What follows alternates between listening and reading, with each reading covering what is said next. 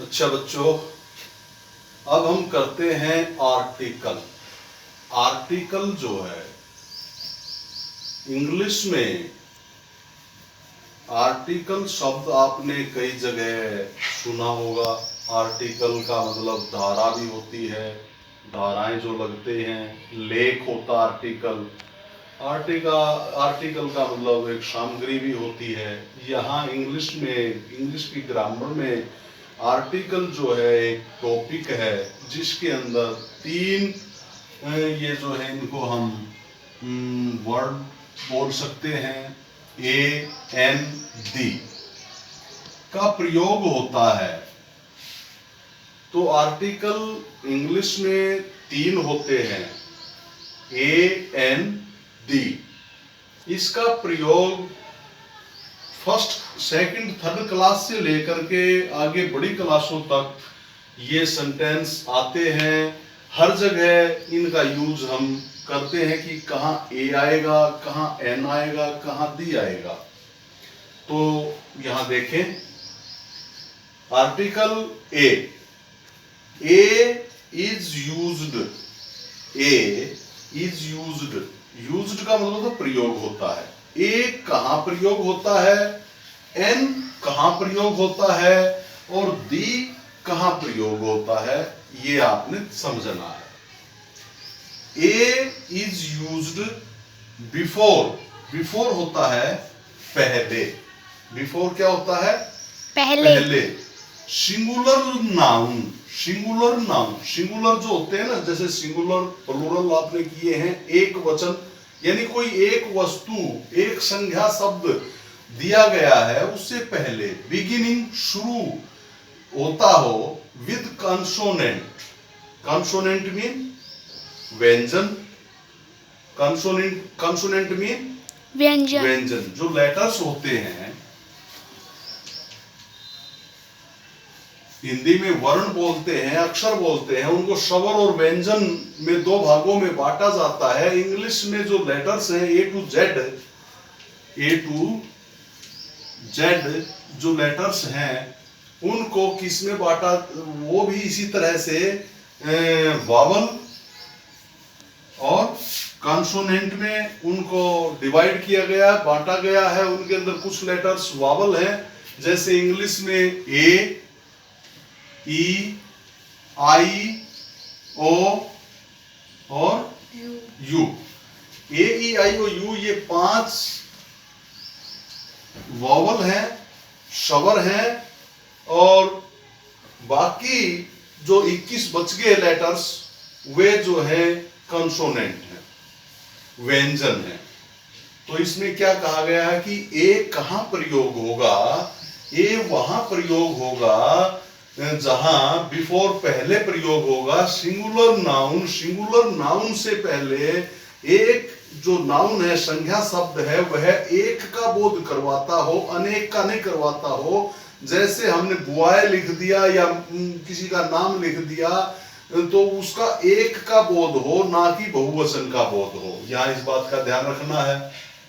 Beginning with consonant, consonant mean व्यंजन से शुरू हो, साउंड, उच्चारण उसका। कैसे, अब हम यहां साथ ही साथ करेंगे कैसे। तो जैसे आपने समझना है कि जैसे ये सेंटेंस लिखा है कि दिस इज, यहां खालिस्तान है, ब्लैंक्स है, पेंसिल। तो पेंसिल से पहले बिफोर, यहां सिंगुलर नाउन, यहां हमने लिख दिया सिंगुलर नाउन। सिंगुलर नाउन है पेंसिल, एक का बोध करवाता है। अगर यहाँ पेंसिल्स हो तो यहाँ आर होता, ए आर ई आर, यहाँ दीज होता, तो यहाँ ऑटोमेटिक ही गलत होता। लेकिन हमने यहाँ क्या बताया है कि जहां ए एन, ए कहां लगेगा, जहां सिंगुलर नाउन है, तो दिस इज ए पेंसिल। तो पेंसिल जो है किससे, किसका उच्चारण है यहाँ, कॉन्सोनेंट का। पी जो है, ये बात ध्यान रखनी, जब आप एन वाले नियम करेंगे तब ये क्लियर हो जाएगी। तो यहां किसका उच्चारण आया, कॉन्सोनेंट का, स्वर है पी, पेंसिल। और हिंदी में भी पे, पे एक कॉन्सोनेंट है, व्यंजन है। दोनों का मेल है। हिंदी में भी स्वर और व्यंजन का ध्यान रखना है और इंग्लिश में भी। उसी तरह से शी इज, यहां गर्ल है, गर्ल, गर्ल गे, गे हिंदी में क्या है? व्यंजन है। कह कह गे गए चे ये व्यंजन है और ऐसे औ तक के स्वर हैं। तो यहाँ जो है गे जो है ये व्यंजन है और इंग्लिश में भी जी जो लेटर है वो कंसोनेंट है, कंसोनेंट है और ये एक सिंगुलर नाउन है। तो यहाँ क्या आएगा? She is a girl. ठीक है, अब आगे देखेंगे एन कहां प्रयोग होगा। परिभाषा समझना जरूरी है। जब आपको ये परिभाषा यानी ये समझ में आ गया कि एन कहां प्रयोग होगा और ए कहां प्रयोग होगा, दी कहां प्रयोग होगा, तो कोई मुश्किल नहीं है। An is used, an is used, an प्रयोग होता है। प्रयोग कहां होता है? बिफोर, पहले, सिंगुलर, सिंगुलर नाउन, वही है सिंगुलर नाउन, सेम पोजीशन है। सिंगुलर यहाँ सिंगुलर नाउन ही यहाँ था, सिंगुलर नाउन ही यहाँ है, लेकिन अंतर क्या है? Beginning with vowel, beginning with vowel. Vowel होता है स्वर, वोवल क्या होता है? स्वर। स्वर। और हिंदी में, इंग्लिश में वोवल है ए, ई, आई, ओ, यू, और हिंदी में ए, आ, ई, उ, री इसके अंदर नहीं आएगा। ए, आई, ओ, औ, ये जो है इनका उच्चारण अगर आता है तो उनको भी आपने क्या देखना है? वहां भी एन का प्रयोग होगा। कैसे? तो ये देखेंगे कि आगे हमने ये लिखा है कि बिगिनिंग विद वावल से शुरू होने वाले यू शुड, यहां देखेंगे यू तुम, तुमने, शुड चाहिए, टेक लेना, अम्ब्रेला। तो आपने क्या देखना? जो खालिस्तान है उसके बाद वाला जो शब्द है उसमें वह बिगिनिंग विद वावल, यानी ये वावल से शुरू हो रहा है, ये चीज देखनी है। यू, यू क्या है? ए, ई, आई, ओ, यू, वावल है तो सीधा क्लियर तो हो गया। लेकिन कई वावल हिंदी के कंसोनेंट की यानी व्यंजन की का उच्चारण देते हैं, वहां ये प्रयोग नहीं होगा। आगे लिखेंगे वो भी। तो यहां अम्ब्रेला है, ए, अम्ब्रेला, ऐसे। तो ए जो है हिंदी में भी स्वर आ गया है और इंग्लिश का भी जो है वावल है, तो इसीलिए यहां क्या यूज होगा? एन। I ate, मैंने खाई, क्या? एप्पल, एप्पल, हिंदी में भी ए और हिंदी का भी ये जो है ए स्वर है और इंग्लिश में भी ए जो है वावल यानी स्वर है, तो इसीलिए इसके अंदर भी N. I eight an apple. अब आगे देखिए, हिज फादर, उसका पिता, इज है, ऑनेस्ट। अब यहां एच है, क्या है? एच, एच जो है वो साइलेंट है। एच क्या है? साइलेंट, साइलेंट है। एच को नहीं बोला जाता, एच उच्चारण में नहीं आता, इसीलिए इसको बोला जाता है honest, honest, honest man, honest man, ईमानदार। तो यानी ऑनेस्ट मैन। ओ जो है, ओ, यहां ओ जो है ए, ई, आई, ओ, यू, ये वावल है और हिंदी में भी ओ जो है स्वर है, तो इसीलिए यहां ये भी एन का प्रयोग हो गया। इसी तरीके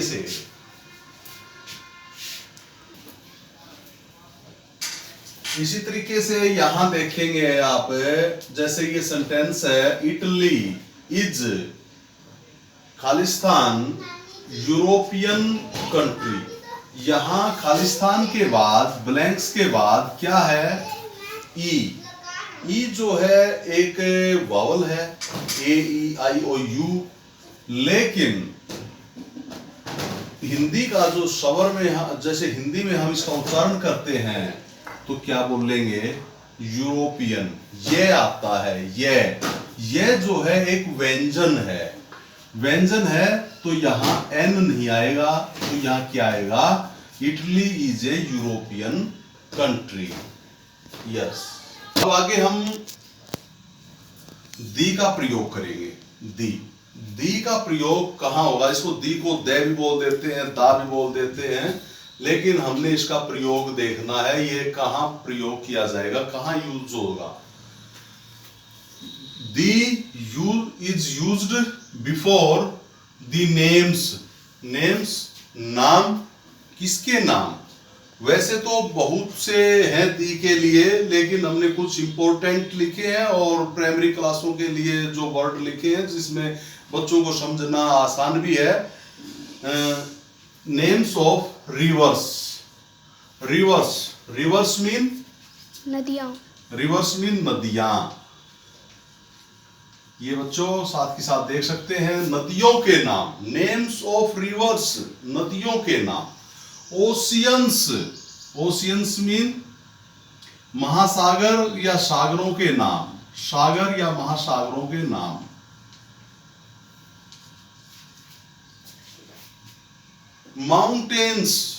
माउंटेन्स मीन पहाड़ या पर्वतों के नाम, पर्वतों के नाम, जैसे हिमालय पर्वत, माउंट एवरेस्ट है, या अरावली की पहाड़ियां हैं, शिवालिक की पहाड़ियां हैं, ऐसे उनके नाम के जब खालिस्तान के बाद है तो वहां दी का प्रयोग होगा। उसी तरह से महासागर हैं, सागर हैं, अरब सागर, हिंद महासागर, प्रशांत महासागर, तो उनके आगे भी दी का प्रयोग होगा। उसी तरह से आइसलैंड होते हैं द्वीप, आइसलैंड द्वीप,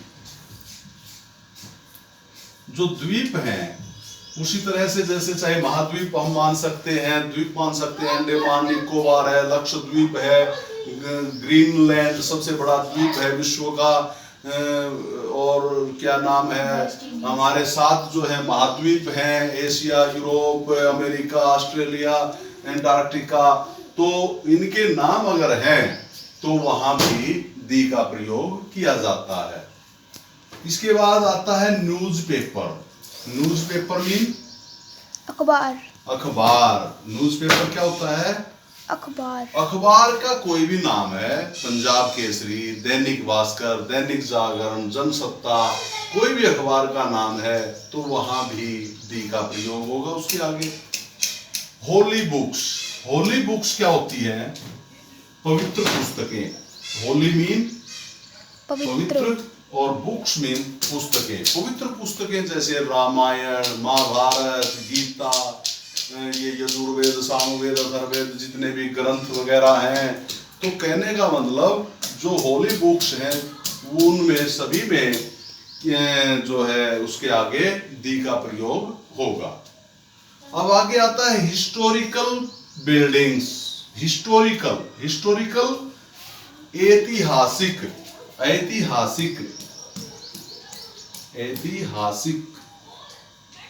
इतिहास से संबंधित, इतिहास से जुड़ी हुई जिनकी यादें, ऐतिहासिक जो भवन है, इमारत है, लाल किला, ताजमहल, जितनी भी अजंता, एलोरा की गुफाएं हैं, महल हैं किसी के भी, तो उनको बोलते हैं हिस्टोरिकल प्लेस। अकबर का महल है, मकबरा है, कोई भी किला है, तो उनको बोलते हैं इतिहास से संबंधित जितनी भी भवन हैं, बिल्डिंग्स हैं, उनके लिए भी दी का प्रयोग किया जाता है। पार्टिकुलर पर्सन्स एंड थिंग्स, कोई विशेष व्यक्ति का नाम हो, कोई विशेष दर्जे का, और थिंग्स वस्तुओं का नाम अगर दर्शाया गया है तो वहां दी का प्रयोग किया जाता है। जैसे यहाँ है blanks, Gita is a holy books. तो यहां जैसे हमने समझना है कि ये गीता क्या है। गीता किसी लड़की का नाम नहीं है, लेकिन गीता एक पवित्र पुस्तक का नाम है। तो हमने यहाँ ये पढ़ा है कि होली बुक्स जो आती हैं, पवित्र पुस्तकों के जो नाम आते हैं, चाहे यहाँ रामायण होती और महाभारत होता, या यहीं पर इसी स्थान पर कोई लाल किला का नाम होता, या कोई रिवर्स का नाम होता, तो सभी में क्या आता? दी। और जो भी एक इम्पोर्टेंट चीज क्या है, पर्वत, नदी, सागर, महासागर और ऐतिहासिक स्थल, सभी का जो है पहला जो अक्षर होता है वो क्या होगा, क्या होगा, कैपिटल लेटर में होगा। आप समझ जाएंगे कि ये पार्टिकुलर कोई वस्तु का नाम है और उसके अंदर दी का प्रयोग होगा। तो प्यारे बच्चों, ये इतना ही है। आप ए का में क्या देखना है, खालिस्तान के बाद वाला जो शब्द है उसका पहला अक्षर की साउंड देखनी है, उच्चारण देखना है कि वह अगर व्यंजन है, चाहे हिंदी में व्यंजन का उच्चारण दे रहा है, चाहे इंग्लिश में दे रहा है, और सिंगुलर नाउन है तो वहां ए का प्रयोग होगा। अगर वही सेंटेंस जो खालिस्तान है, यहां एक बार हमने साफ कर दिया है, आई एट एन एप्पल जो था, तो उसी तरीके से जैसे यहां कोई भी खालिस्तान के बाद यहां जो शब्द है उस शब्द का पहला जो अक्षर है, पहला जो लेटर है, चाहे हिंदी का हो या इंग्लिश का हो, वह स्वर का उच्चारण देता हो तो उस वहां एन का प्रयोग होगा। और उसी तरीके से जहां पर्वत, द्वीप, महासागर, नदियां, ऐतिहासिक स्थल, अखबार, कोई शहर, ऐसे कोई नाम है विशेष, तो उनके आगे दी का प्रयोग होगा। Thank you.